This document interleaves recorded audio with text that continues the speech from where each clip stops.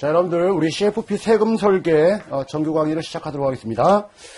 자, 우리 여타 과목도 상당히 중요하지만 여러분들 세금 설계 부분이 이제 세금 쪽하고 연결되다 보니까 다른 과목에 많은 영향을 미치는 파트가 바로 세금 설계예요.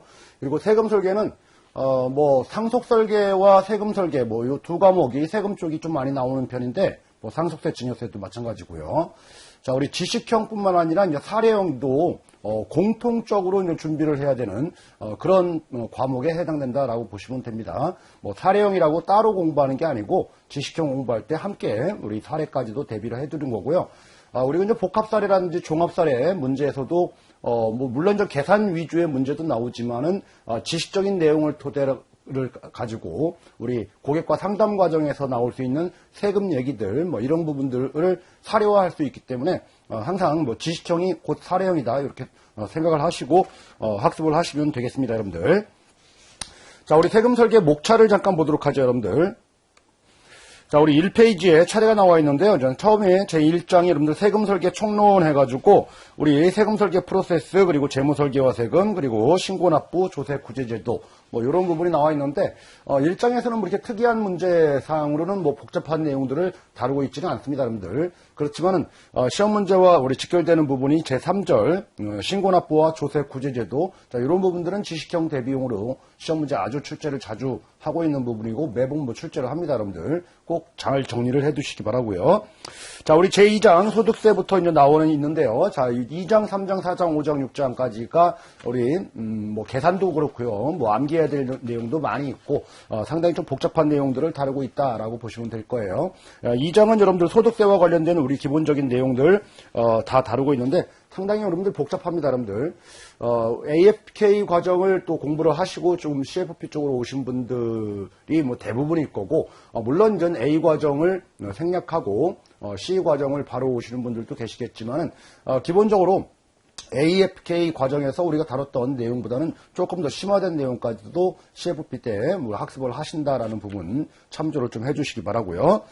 자, 그리고 제3장 사업자와 세금과 관련된 부분들, 우리 종합소득세에서 사업소득에 해당되는 부분들, 이 사업이 여러분들 개인 사업으로 하게 되면은 소득세 부과 대상이지만은 법인 사업으로 하게 되면은 저 법인세 부과 대상이 되겠죠. 이런 부분들, 사업을 하려면은 사업자 등록과 관련된 부분들, 그리고 부가가치세라는 부분이 또 결부되어 있는 아주 또 복잡한 내용들을 또 다루는 게 또 3장이에요, 여러분들. 자, 그리고 제4장 여러분들 금융자산과 관련된 세금에서 뭐 이자와 배당과 관련된 부분들, 뭐 금융소득 종합과세, 뭐 매회차 시험 문제 나오는 중요한 이슈가 되는 거죠. 그거 이외에 여러분들 뭐 주식 양도와 관련된 세금들, 뭐 증권거래세, 뭐 이런 부분들도 함께 다루게 됩니다. 그리고 제5장 부동산과 관련된 세금, 세금과 관련된 부분이 이제 개인과 얽혀있는 세금 문제들이 상당히 좀 많죠, 여러분들. 그래서 이제 부동산 쪽에 이제 관심들이 많이 있긴 하지만은 어쨌든 부동산의 취득, 보유, 그리고 처분과 관련된 그런 세금들을 함께 정리를 하는 거예요. 뭐 A 때 공부했던 것보다는 더 심화된 내용이 많이 나옵니다, 여러분들. 자, 이제 마지막으로 제6장 노후복지 관련된 세금은 여러분들 뭐 보험 설계라든지 아니면은 뭐 은퇴 설계 쪽에서도 세금과 관련된 부분들이 일부 우리가 학습을 하셨던 내용들이 함께 정리가 되는 부분입니다. 그래서 퇴직소득이라든지 연금, 보험과 관련된 세제와 관련된 내용들을 또 심도 있게 알아보겠다라는 거예요.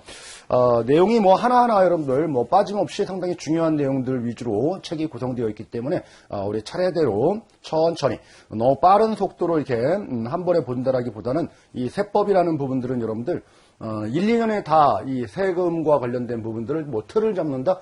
사실상 또 불가능해요. 그래서 세금은 오랫동안 여러분들 뭐 일을 해 가시면서 계속적으로 이제 평생 공부를 하는 그런 파트가 바로 세금이다라고 생각을 하시는데, 자, 우리 세금과 관련된 부분들은 기본적인 우리가 틀을 좀 잘 처음에 좀 잡고 가셔야지만이 앞으로도 여러분들 그 일을 하실 때 계속적인 업데이트, 뭐 개정되는 사항들 포함해서 이런 부분들을 하실 수가 있어요. 그래서 기본적인 틀을 못 잡고 세금을 계속 공부를 한다? 사실상 뭐 불가능한 거죠. 그래서 천천히 여러분들 세금과 관련된 부분들을 시험도 중요하지만 앞으로의 일과 관련된 부분까지 대비하는 차원에서 학습을 좀 해주시기 바랍니다. 자, 우리 9페이지 여러분들 제1절 세금 설계 프로세스와 관련된 부분 보도록 하겠습니다. 자, 우리 세금 설계의 의의가 나와 있는데요.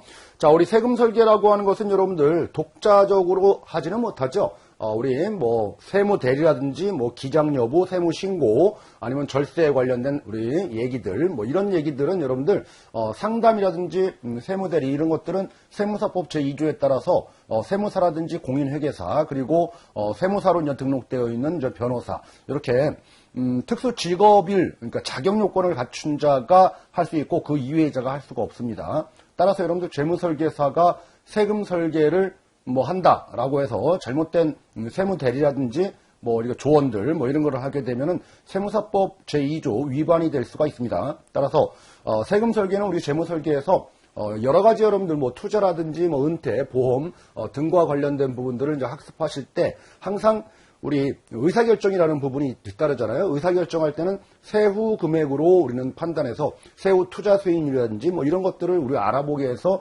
세금을 공부를 하는 거지 세금 단독으로 우리가 진행되는 경우는 거의 없다라고 보시면 되는 겁니다. 따라서 거기 세 번째 줄 보도록 하겠습니다. 자, 우리 독립적인 재무설계의 한 분야로서 이루어지기보다는 다른 재무설계 분야에 속해서 실행되는 것이 일반적이다. 세금 설계는 자산과 소득에 대한 세금이나 거래 비용을 정확히 예측해서 순현금 흐름 및 세후 예상 수익률을 합리적으로 추정하고 재무설계에서 우리 고객의 궁극적인 목적을 달성할 수 있도록 도와주는 그런 우리 이제 하부적인 개념의 서포트 과목이다라고 보시면 되는 거예요. 그래서 독자적으로 시행되기보다는 다른 여타 재무설계 과목들의 부수적으로 함께 진행돼야 될 내용이다라는 거예요. 자, 우리 가번 세금설계 시 재무설계사의 역할이라는 부분이 나와 있는데요. 자, 우리 다음 페이지 쭉 넘어가셔가지고 여러 가지 여러분들 고객들이 뭐 세금과 관련된 부분을 좀 많이 아시는 분들도 있지만 뭐 모르시는 분들도 상당히 많죠, 여러분들. 그래서 세금과 관련된 용어도 상당히 어렵고요. 그래서 여러 가지 부분들을 뭐 충분히 지식적인 내용들을 우리도 알아야 되겠다라는 내용을 지금 얘기를 하고 있습니다, 여러분들. 자, 그리고 거기 10페이지 여러분들 자 위에서 다섯 번째 줄 두 번째 단락이죠. 자, 재무설계사로서 활동하기 위해서는 세금 설계에 대한 상당 수준의 전문 지식이 요구된다고 할 수 있으나 현행 관련 법령상 업무 제한 규정으로 인해서 재무설계사가 세금 설계를 전문적 수준까지 독립적으로 수행할 수 없는 상황이기 때문에 라고 되어 있죠, 여러분들. 따라서 이 세금 설계와 관련된 부분들은 우리 AF 교재에서는 뭐 자세하게 이런 내용들이 나와 있는데 CFP 교재는 이런 부분들이 뭐 생략됐지만 그래도 여러분들 우리가 세무사법상 등록된 그런 전문 자격증을 가지고 있는 그런 분들이 세무대리를 하기 때문에 우리는 독자적인 뭐 일을 하는 것은 아니다. 뭐 이런 것들을 참조해서 보시기 바랍니다. 그러니까 세금과 관련된 부분들을 뭐 정확하게 우리가 이제 고객하고 얘기를 할 때는 항상 재무설계사가 뭐 세금에 대해서 뭐 세무사라든지 회계사처럼 완벽하게 알 수는 없잖아요. 그렇기 때문에 코디네이터 역할, 즉 전문가와 연결할 수 있는 그런 역할도 상당히 중요하다라는 겁니다. 세금이 여러분들 이 책이 상당히 얇은 책입니다, 여러분들. 세금 설계 과목이 지금 두꺼운 책인 것처럼 여타 과목하고 비교 봤을 때 보이겠지만은 실제로 세금과 관련된 부분들을 뭐 정확하게 공부를 하려면은 세금 뭐 총서라고 해서 엄청나게 두꺼워요.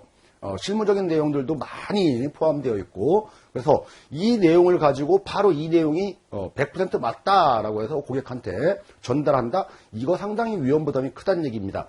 예외의 예외의 특이한 사항 상당히 많은 규정들이 있습니다, 여러분들. 그렇기 때문에 이건 우리는 기본을 공부를 하는 거지 이게 다가 아니다라는 거예요. 그래서 기본에만 우리가 충실하고 나머지 부분은 정확한 내용들은 우리 다른 전문가의 조언을 구해서 세무와 관련된 부분들을 우리는 알아야 되겠다라는 거예요. 자, 밑으로 오셔가지고 4번 보겠습니다, 여러분들. 자, 세무 자문에 대한 책임이라고 되어 있죠. 자, 조세에 관한 상담 또는 자문 업무를 포함한 세무 대리 업무는 세무사법에 의해서 등록된 세무사, 변호사, 그리고 이제, 괄호 열고 뭐 변호사라고 되어 있고요. 그 다음 줄에 이제 공인회계사만 수행할 수 있도록 법령에 규정되어 있다라는 거죠. 그래서 여러분들, 우리가 세무 대리 업무를, 뭐 상담이라든지 자문 업무, 뭐 이런 것까지도 우리 세무사법에 따라서 우리가 등록된 자격 요건을 갖춘 세무사만 할 수 있기 때문에 상당히 좀 조심할 필요가 있겠다라는 거예요. 그래서 그런 말이 나와 있죠. 그러므로 우리나라에서는 재무설계사가 일반적인 재무설계 수행에 있어서 현금 흐름, 우리 세후 현금 흐름 우리 관련된 부분을 따져볼 때 세금을 우리는 이용해가지고 세금을 공제한 금액으로 수익률 또는 현금 흐름을 구해보겠다라는 정도로 이용하는 것은 별 문제가 없지만은, 자, 조세에 대한 상담이나 자문을 포함한 개별적인 세금 설계 또는 재무 설계 시 구체적인 절세 대안의 제시 등 결국 세무대리 업무에 포함될 수 있는 것이기 때문에 이런 부분들은 우리 독자적으로 하지 못한다라는 부분을 명심해야 한다라는 거예요. 자, 우리 다음 줄에 여러분들 조세 부담을 줄이는 조세 경감 행위에는 절세, 조세 회피, 탈세로 구분할 수 있다. 뭐 이런 부분이 나와 있죠. 이건 뭐 가끔 지문으로 나오는 문장입니다, 여러분들. 절세라는 부분이 있고요. 그리고 조세 회피라는 부분이 있죠. 그리고 이제 탈세라는 부분들. 말 그대로 절세라는 부분들 우리가 세법을 잘 이용해서, 그렇죠? 우리 세금을 줄이는 거죠. 합법적으로 아무런 문제가 되는 건 아닙니다, 여러분들. 그렇죠? 그리고 탈세라는 부분들은 세법을 악용해서 부정한 목적으로 세금을 줄이는 거죠. 이런 것들은 여러분들 엄청나게 큰 범법 행위예요. 그죠? 처벌까지 됩니다. 자, 이거는 아무런 처벌이 되지 않지만은, 자, 이런 것들은 여러분들 세금을 줄였기 때문에 뭐 가산세 처벌도 되고요. 그리고 여러분들 조세범 처벌에 따라서 처벌도 됩니다. 조세범 처벌법에 따라서.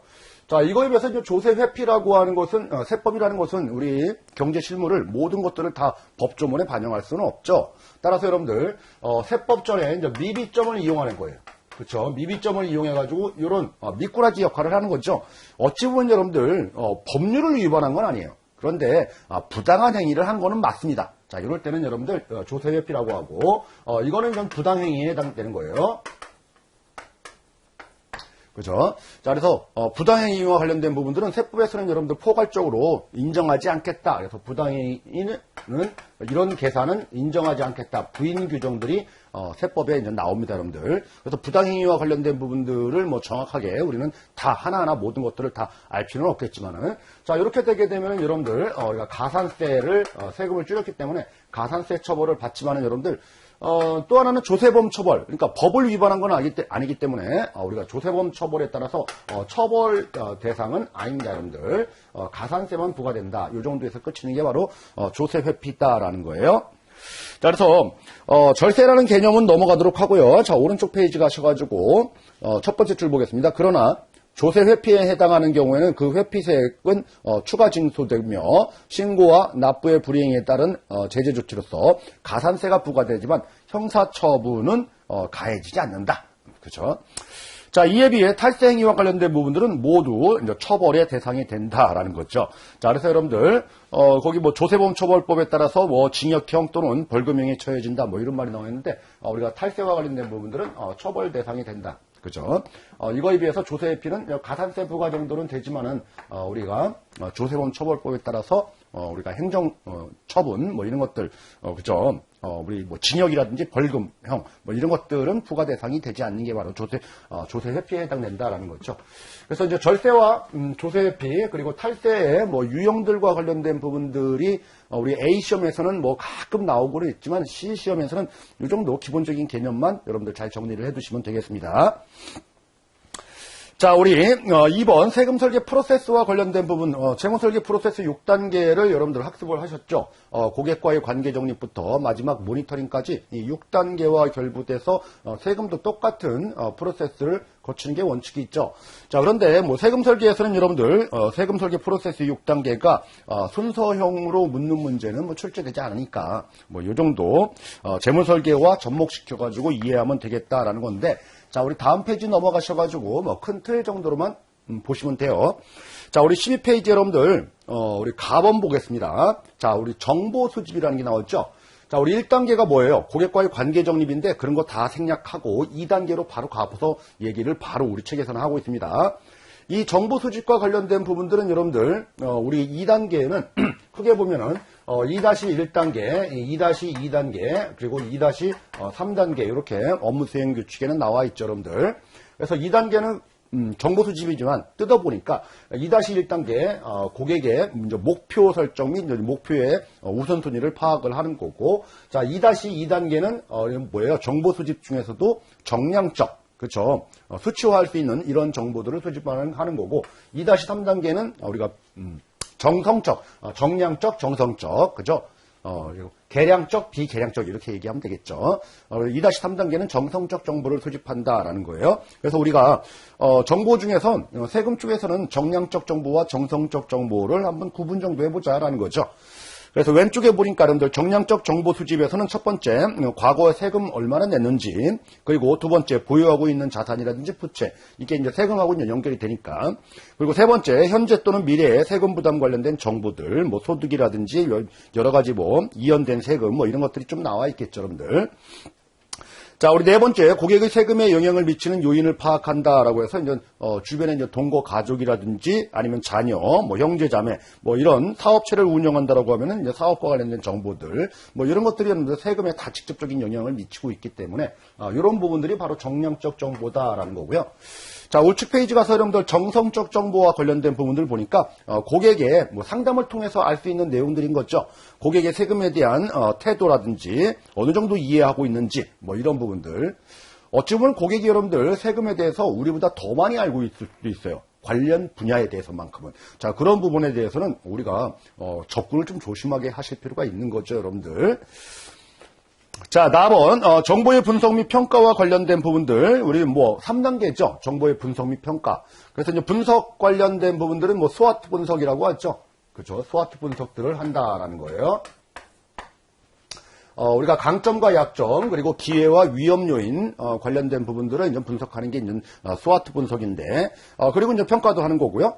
자, 우리 1번 보니까 잠재적인 기회와 제약 요인을 확인한다라고 해서 이제 부담하는 세금이 다른 재무 목표에 미치는 영향을 분석한다라고 되어 있는데, 우리 부담하고 있는 세금이 전체적인 고객의 재무 목표에 어떤 영향을 어느 정도 미치고 있는지를 우리는 파악을 할 필요가 있겠다라는 거죠.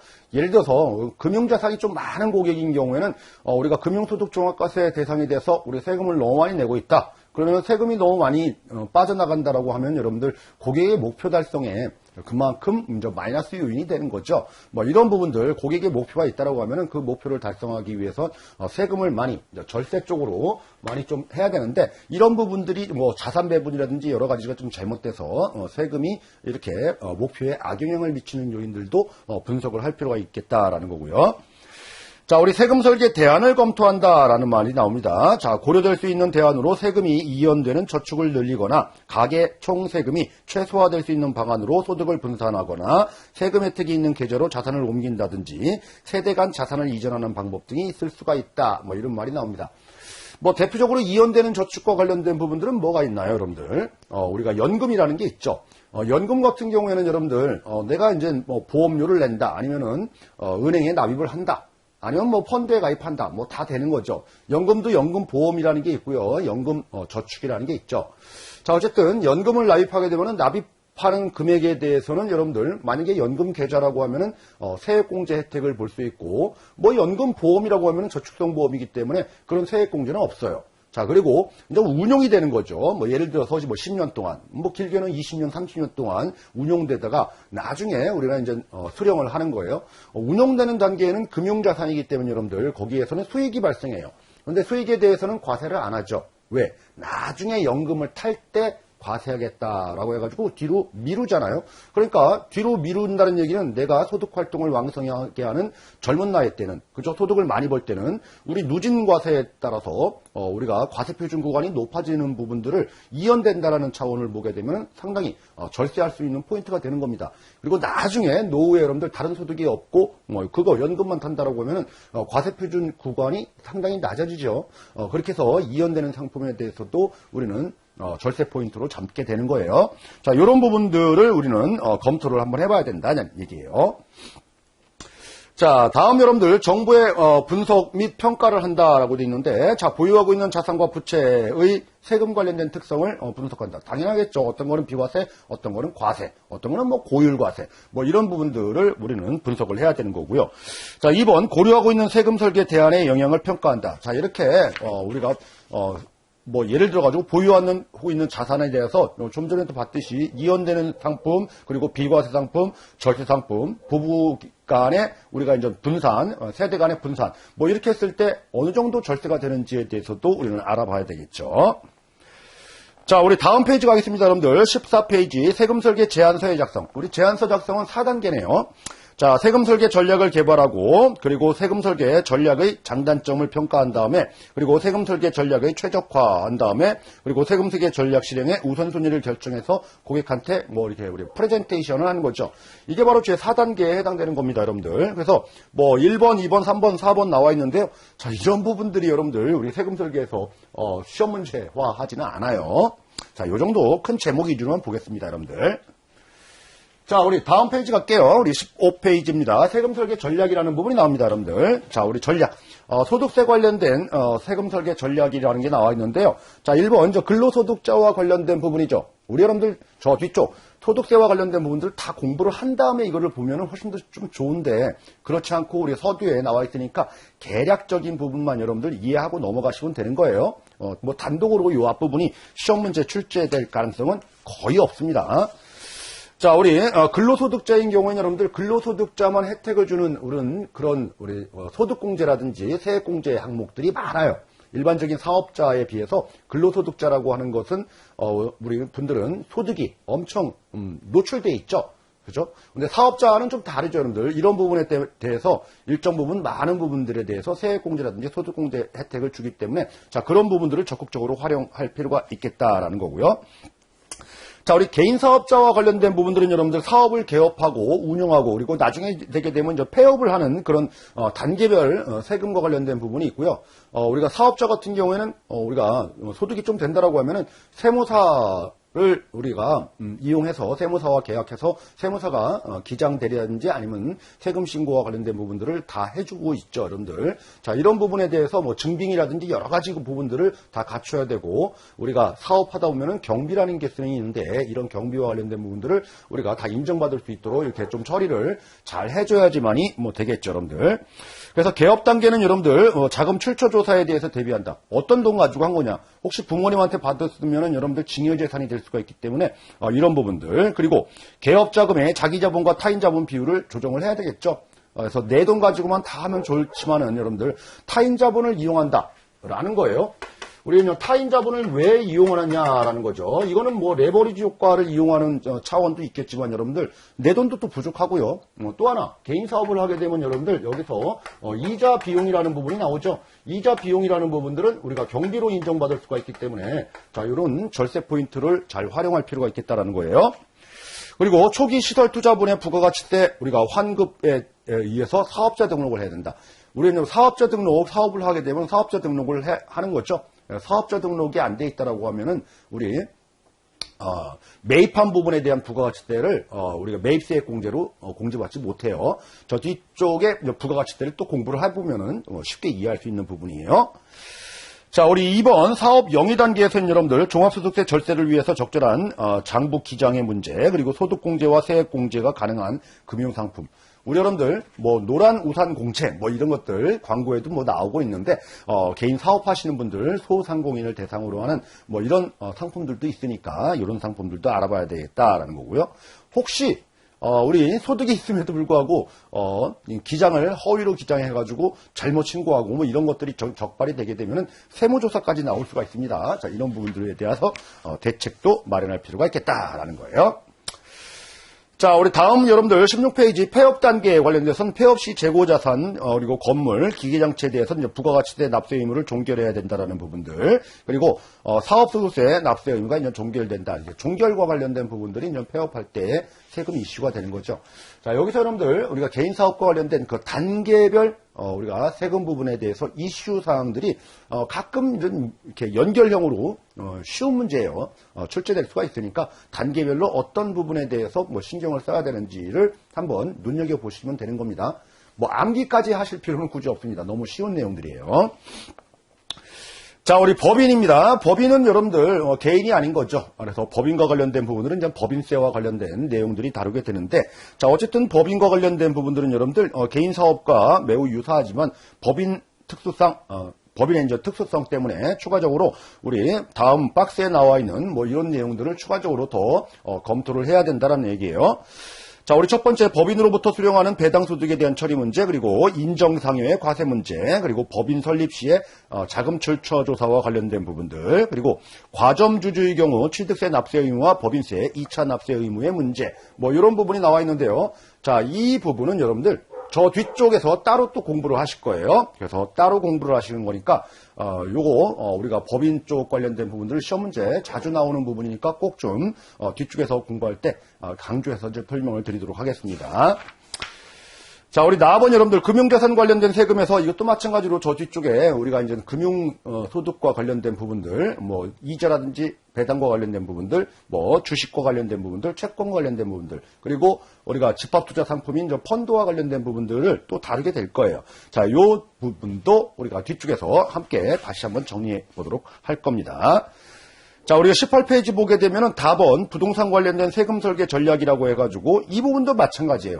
저 5장 여러분들 부동산 관련된 세금 쪽에서 별도로 또 자세하게 다룰 거니까 이 내용이 너무 우리 압축도 아니에요. 교재 내용이 아주 단순하게 기술만 지금 하고 있는 상태다 보시면 됩니다. 자, 마찬가지로 우리 19페이지 여러분들 라번 연금과 보험 상품 관련된 세금 설계 전략이라는 부분이 나와 있는데요. 이것도 저 뒤쪽 6장에 노후복지 관련된 세금에서 연금 소득세 그리고 우리가 보험과 관련된 세금 따로 또 공부합니다. 자, 우리 앞쪽에 여러분들 서두 부분이 그렇게 중요한 내용이 지금 없다라는 부분을 본 거예요. 그래서 요 정도만 보시고 1절은 넘기도록 하고요. 자, 다음 우리 2절 가겠습니다. 재무설계와 세금이라는 부분이 나옵니다. 자, 우리 재무설계와 세금. 자, 가번 재무설계사가 알아야 될 세금 해가지고 자, 밑에 나와 있죠. 점점점점 해가지고 박스로. 자, 박스에서 이제 마지막 점이 뭐예요? 상속세와 증여세죠. 자, 이거는 여러분들 상속설계에서 공부한 거고요. 자, 그거 말고 여러분들 거기 상단에 나와 있는 점 5개가 있죠. 이게 바로 뭐예요? 우리 2장, 3장, 4장, 5장, 6장을 얘기를 하는 겁니다. 이 내용을 재무설계사가 지식적으로 뭐 세무사라든지 변호사 자격증 또는 공인회계사 자격증이 없지만은 그래도 있으신 분들도 계시겠지만은 있으신 분은 우리가 세무대리 다 할 수 있는 거고요. 우리 없지만은 우리는 설계사 그러니까 재무 설계사예요. 컨설팅하는 입장에서는 이 정도의 지식 정도는 우리는 공부를 해야 되겠다라는 겁니다. 자, 다음 여러분들 우측 페이지 가서 4번 세율 구조 및 우리가 한계 세율이라는 말이 나옵니다, 여러분들. 자, 우리 현행 소득세법에서 여러분들 우리가 8단계 누진세율 작년도까지 2021년도까지는 우리가 7단계 누진세율인데 2020년도까지는 7단계인데 2021년도 이후부터는 이제 8단계 누진세율로 이제 바뀌었죠, 여러분들. 그래서 그 표 1-1을 보니까 여러분들 어떻게 되어 있습니까? 우리가 과세표준 우리가 기준으로 해서 1,200만 원부터 마지막 10억까지 이렇게 이제 8단계예요. 자, 이 정도는 기본적으로 알고 계셔야 돼요, 여러분들. 우리 AFK 과정에서는 뭐 그냥 8단계다 또는 7단계다 뭐 이 정도 단계별 세율이 몇 프로다라는 정도 어설프게 알았다라고 하면은 CFP는 여러분들 구체적으로 아셔야 돼요. 왜요? 계산 문제가 사례형 문제가 다수 출제하기 때문에 그렇습니다, 여러분들. 그래서 과세표준 구간 1,200만 원 그리고 4,600만 원 그리고 8,800만 원 그리고 1억 5천 그리고 3억 그리고 5억 10억. 자, 요렇게 여러분들 구간별로 정확하게 좀 따져 보셔야 됩니다. 자, 그리고 세율과 관련된 부분들은 6%, 15%, 24%, 35%, 38%, 40%, 42%, 45%. 자, 이렇게 우리가 8단계 누진세율이 적용된다라는 부분들도 정확하게 알고 계셔야 되겠다라는 거예요. 자, 그러면 여러분들 예를 들어가지고 과세표준이 1억 원이다 라고 하면은 과세표준이 1억 원이다. 그러면 세금은 우리 얼마로 계산되느냐라는 거죠. 기본적인 구조가 1,200만 원까지는 그죠? 6%가 적용되는 거고요. 그죠? 플러스 1,200만 원 초과 4,600만 원 그 이하 부분에 대해서는 얼마죠? 3,400만 원의 금액에 해당되는 거죠. 3,400만 원에 해당되는 부분에 대해서는 15%의 세율이 적용될 것이고, 그렇죠? 그리고 그 이후에 또 초과되는 부분들 4,600에서 8,800만 원까지 이 사이가 이제 4,200만 원이 되겠죠. 이 4,200만 원에 대해서는 몇 프로예요? 우리가 24%가 적용될 것이다. 그리고 여러분들 추가적으로 여러분들 1억이라고 하면은 여기 초과되는 게 있죠, 여러분들 1,200만 원. 1,200만 원에 대해서는 곱하기 35%의 세율이 적용될 것이다. 이거 다 도해야지 바로 산출세액이라는 게 나옵니다, 여러분들. 산출세. 자, 이게 초과별로 이렇게 계속적으로 쌓아서 올라가겠다라고 해서 초과 누진세율이다. 뭐 이렇게 얘기를 하는 거죠. 자, 이렇게 계산하니까 너무 복잡해요. 그죠? 너무 복잡하다라는 거예요. 자, 그래서 거기 세율 부분이 좀 나와 있죠, 여러분들. 거기 오른쪽에 표 1-1에 자, 우리 1200만 원 이하일 때는 그냥 6% 단순하게 적용되고 1200만 원 초과 4600만 원까지는 그 앞에서 계산된 그 6%에 해당되는 금액이 이게 얼마래요? 72만 원이래요. 72만 원 더하기 그 초과분에 대해서는 15% 적용하겠다라는 거예요. 다음 4600만 원에서 8800만 원까지는 뭐래요? 그 앞에서 계산된 게 얼마예요? 582만 원이래요. 그렇죠? 그래서 4600만 원 초과 부분에 대해서는 우리가 24% 적용해가지고 계산하겠다라는 거죠. 이렇게 해서 점점 앞에 거를 한 번씩 여기까지 계산해 본 금액, 여기까지 계산해 본 금액, 여기까지 계산해 본 금액, 뭐 이렇게 구한 표가 바로 표 1-1이에요.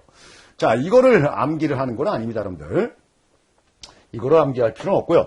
자, 그러면 여러분들 밑에 나가 보겠습니다. 한편 실무적으로는 다음과 같은 누진 공제 방식의 세율표를 이용하며 하고 있으며 결과는 동일하다라고 되어 있죠.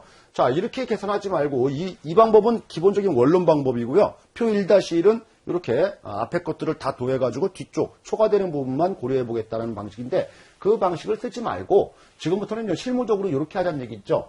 자, 밑에 표를 보니까 표 1-2가 여러분들 누진 공제 방식이다라고 하는 거예요. 만약에 요 구간이다라고 하면 뭐 6%밖에 안 되죠, 여러분들. 자, 만약에 요 구간 1200만 원 넘지만 4600만 원은 요 사이 구간이다라고 하면 그냥 전체 금액 예를 들어가지고 3000만 원이다라고 하면 이 3000만 원이는 과세표준의 금액에 지금 요 구간에 해당되니까 곱하기 15% 그냥 바로 다 적용하자라는 거예요.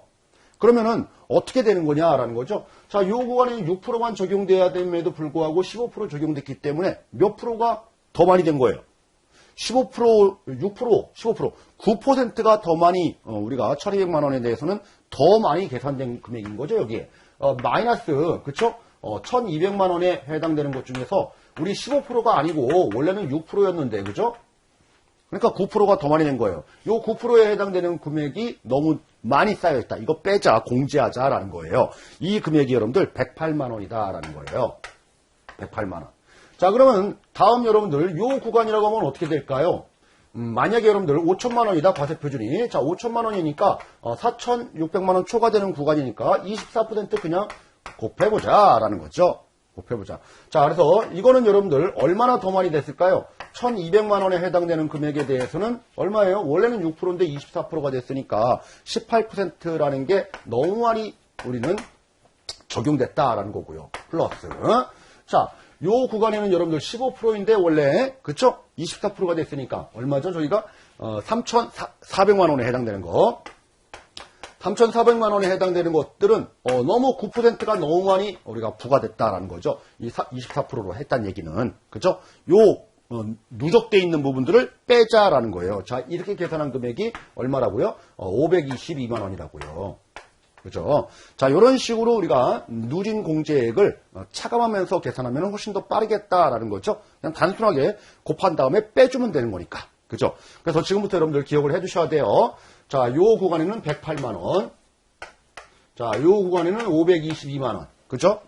다음 세 번째 구간은 1490만 원이죠? 1490만 원. 다음 네 번째 구간은 1940만 원이죠? 1940만 원.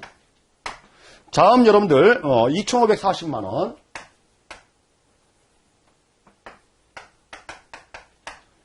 다음 구간에는 3540만 원. 다음 구간에는 여러분들 10억 초과에 대해서는 얼마예요? 6540만 원. 그죠? 자, 그래서 요 구간, 이 구간, 그리고 요 구간, 구간별로, 그죠? 우리는 누진 공제 금액을 우리는 기억을 해 둬야 되겠다라는 거죠. 그래서 여러분들 108만 원, 522만 원, 1490만 원, 1940만 원, 2540만 원, 그리고 3540만 원, 6540만 원. 뭔가 좀 패턴이 좀 놓이는 것 같지 않아요? 다시 한번 보겠습니다. 108만 원, 522만 원. 이거는 조금 이상해요. 108번 내. 그죠? 108만 원, 522, 522만 원. 그 다음부터요. 1490, 1940, 2540, 3540, 6540. 자, 이거는 여러분들 반드시 암기를 좀 해두시기 바랍니다. 반드시 암기해야 돼요. 자, 그러면 여러분들 예를 들어서 요 구간이다라고 한번 가정해 볼게요. 요 구간이다. 과세 표준이 여러분들 4억 나왔습니다. 그럼 어떻게 계산해요? 바로 계산하면 돼요. 4억 곱하기 40% 구간입니다. 마이너스 2,540만 원을 우리가 빼면은 우리가 산출세액이 나온다라는 거예요. 이렇게 구하는 게 훨씬 더 빠르겠죠. 자, 그래서 이거는 반드시 여러분들 암기입니다. 암기. 암기를 해주자라는 거예요. 이 수치는. 그리고 구간별로 이거 어디 여러분들 메모장에 놓으시고 계속적으로 보셔야 돼요. 이거 CFP 시험 볼 때까지 계속적으로. 나중 되게 되면 여러분들 지금 처음부터 암기가 안 되실 수가 있어요. 나중 되면 자연스럽게 이게 내 거가 될 거예요. 자, 다음 페이지 22페이지 여러분들 우리가 한계세율이라는 부분이 나옵니다. 한계세율. 자, 우리 한계세율이라는 건 이거예요, 여러분들. 예를 들어서 이분이 지금 과세표준이 지금 4억이에요. 4억. 4억이면은 여러분들 예를 들어서 4억인데 이 중에서 우리가 100만 원, 100만 원만 더 절세할 수 있다, 줄일 수 있다라고 하면은 세금은 얼마나 줄을까라는 거예요. 100만 원만 절세할 수 있다, 줄일 수 있다. 4억 원에서 100만 원 줄여봤자 지금 이 3억 원 밑으로는 안 떨어지죠. 3억 원은 넘죠. 그래서 100만 원에 대해서는 무조건 40%의 세율이 적용되는 거잖아요. 이게 바로 한계세율이에요. 만약에 삐끗해가지고 잘못해가지고 4억인데 삐끗해가지고 플러스 100만 원이 더 생겼어요. 그러면은 100만 원의 소득이 더 생겼다는 얘기죠. 이 사람 지금 세금은 그럼 얼마가 더 부과되는 거예요. 그렇죠? 이 사람은 여러분들 4억 구간이 있으니까 100만 원이 추가된다라고 해도 요 4억 구간은 40%예요. 그죠? 40%에 해당되는 우리가 100만 원에 40% 얼마예요? 40만 원. 세금이 40만 원이 증가하는 거예요. 만약에 잘만 하면은 40만 원을 줄일 수가 있고. 이해됐나요? 자, 이게 바로 한계세율이에요. 한계세율. 단위당 세율이다라는 거죠. 한계세율이다라고 해가지고 밑으로 내려가는 게 아닙니다, 여러분들. 내가 지금 어디 구간에 있느냐, 그 구간의 세율이 바로 한계세율이다. 그래서 고객님 중에서 여러분들 소득이 좀 있으신 분들, 그죠? 우리 고소득자들, 뭐 그런 부분들은 여러분들, 우리가 과세표준 구간이 상당히 이쪽 후반에 있어요. 자, 그런 부분들은 뭐 100만 원을 줄인다, 뭐 200만 원을 줄인다 할 때 세금 효과가 엄청나게 큰 거예요. 만약에 저소득자인 경우에는 여러분들 뭐 요 구간에 있다. 예를 들어서 내 과세표준이 3천만 원이다라고 하면은 100만 원이 늘어나건 줄어들건 간에 요 사이에서 왔다 갔다 하면은 내 세율은 15% 요 정도가 늘어났다 줄었다 이렇게 되는 거죠. 자, 요런 게 한계세율이지만 우리 40%, 45% 이렇게 엄청난 우리가 세금을 내시는 분들도 계시기 때문에 이 한계세율에 대한 개념도 여러분들 정확하게 이해할 필요가 있습니다. 물론 이제 지방소득세까지 포함하게 되면 여러분들 우리 지방소득세 여기에 10%가 더 부과되는 거죠. 자, 이런 것까지도 감안해 볼 필요가 있겠죠. 자, 다음 여러분들 우리 22페이지 그 하단에 나와 있는 세금 설계 전략적 요소 해가지고 자, 이 부분은 여러분들 마찬가지로 저 뒤쪽 다 공부를 해야지만이 뭐 이해가 다 되는 부분이에요. 자, 그래서 가번 비과세 제도 등을 활용할 필요가 있겠다라는 거고요. 자, 나번 분리과세 제도를 활용해 볼 필요도 있다. 자, 우리 다음 페이지 가셔가지고 여러분들 소득 분산이라는 부분들 뭐 세대 간이라든지 아니면은 배우자 간에 그렇죠? 우리가 가족 간의 분산, 뭐 여러 가지 방법을 모색해 볼 수도 있다라는 거고요. 자, 라번 소득공제 및 세액공제를 적극적으로 활용할 필요가 있겠다. 뭐 근로소득자한테 적용되는 거, 그리고 개인 사업자에게 적용되는 뭐 이런 혜택들에 대해서도 우리는 다 공부를 해서 지식적인 내용을 알아야지만이 컨설팅이 가능한 거니까 그런 거예요. 그리고 뭐 좀 전에 말씀드렸듯이 여러분들 과세 이연 제도를 활용할 필요가 있겠다. 그리고 이제 소득의 종류의 전환 뭐 이런 게 나와 있는데요. 뭐 첫 번째 줄에 그런 말이 나옵니다. 현행 소득세법은 종합소득, 퇴직소득, 양도소득 제도를 뭐 가지고 있다. 뭐 그리고 주식의 양도차익은 원칙적으로 양도소득이지만은 상장 주식 등은 양도차익은 과세되지 않고 제외되고 있다. 뭐 이런 말이 나와 있는데 저 뒤쪽에 금융 자산과 관련된 부분들 다 공부를 하시면은 다 확인할 수 있는 내용들입니다, 여러분들. 자, 그리고 그러므로 뭐 그런 말이 나옵니다. 과세 시에 일반적으로 종합소득세율보다 낮은 세율로 과세된다. 그러므로 배당금이 거의 지급되지 않는 성장주 등에 투자되는 것도 소득 종류의 전환의 방법 중에 하나라고 볼 수 있다. 우리 여러분들 성장주는 뭐예요? 투자 설계에서 우리가 공부하셨나요? 뭐 A 때는 나오지만 C 때는 아마 뭐 기본적인 개념 정도는 아마 여러분들이 알고 계실 거예요. 성장주라고 하는 것은 기업이 계속적으로 발전해가는 기업의 주식을 성장주라고 하는 거죠. 자, 성장주에 투자하면은 그 성장주는 여러분들 우리가 배당을 준다라기보다는 우리가 차익이 우리가 주식 가격이 계속적으로 올라가요. 성장하니까. 그래서 주식의 매매 차익을 자본이득을 얻는 게 주 목적인 거지 배당 소득을 얻겠다라는 부분이 아니죠. 성장은. 성장하는 기업들은 여러분들 배당 잘 안 해줍니다. 왜? 계속적으로 투자를 해야 되기 때문에 그렇죠. 자, 이런 주식에 투자한다는 얘기는 배당 소득이 준다? 그럼 배당 소득이 거의 없으면 여러분들 금융 소득이 많이 없어지는 거죠. 금융 소득이 없다라고 하는 것은 종합소득세가 아니고요. 지금 나중에 이제 처분했을 때 매매 차익이 발생한다라고 하면 양도소득세가 되는 거죠. 그 양도소득세와 관련된 부분들에 대해서도 뭐예요? 상장 주식 소액주주라고 하면은 또 비과세 혜택을 볼 수가 있는 거죠. 자, 이렇게 원래 종합소득 되는 것들을 양도소득으로, 양도소득에서 또 비과세 쪽으로 이런 식의 전환할 수 있는 전략들도 한번 모색해 볼 필요가 있다라는 부분을 지금 교재에서 얘기를 하는 겁니다, 여러분들. 그리고 우리가 퇴직금도 일시금으로 받게 되면 퇴직소득세를 내야 되는데 이거를 우리가 이연시키면 이연퇴직으로 해가지고 나중에 연금을 타게 되면은 퇴직소득세가 아니고 연금소득세라는 명목으로 우리가 과세가 되는 거죠. 그 연금소득세와 관련된 부분으로 이제 이연퇴직소득과 관련된 부분들은 10년차 수령까지는 우리가 원래 퇴직소득세의 30%가 우리가 할인된 70%밖에 과세가 안 되죠.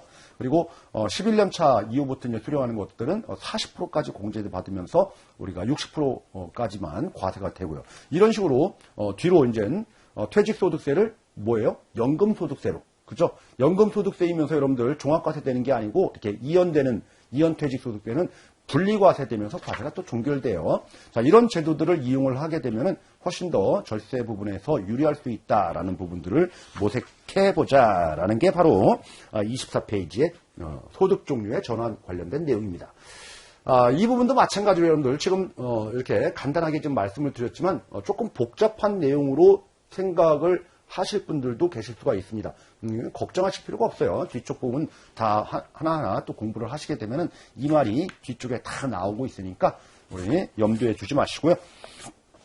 앞부분 지금 24페이지까지는 개괄적인 내용이다. 우리가 이제 앞으로 공부해야 될 내용들을 한번 인트로 개념으로 한번 알아봤다. 이 정도 생각을 해두시면 될 거예요. 자, 우리 잠시 쉬었다가 여러분들 제 3절 세금 신고 납부 및 조세 구제 제도. 자, 여기서부터가 이제 제 1장에서 제일 중요한 하이라이트예요. 우리가 시험과 직결되는 부분이기 때문에 잠시 쉬었다가 다음 시간에 추가적인 내용 정리를 하도록 하겠습니다.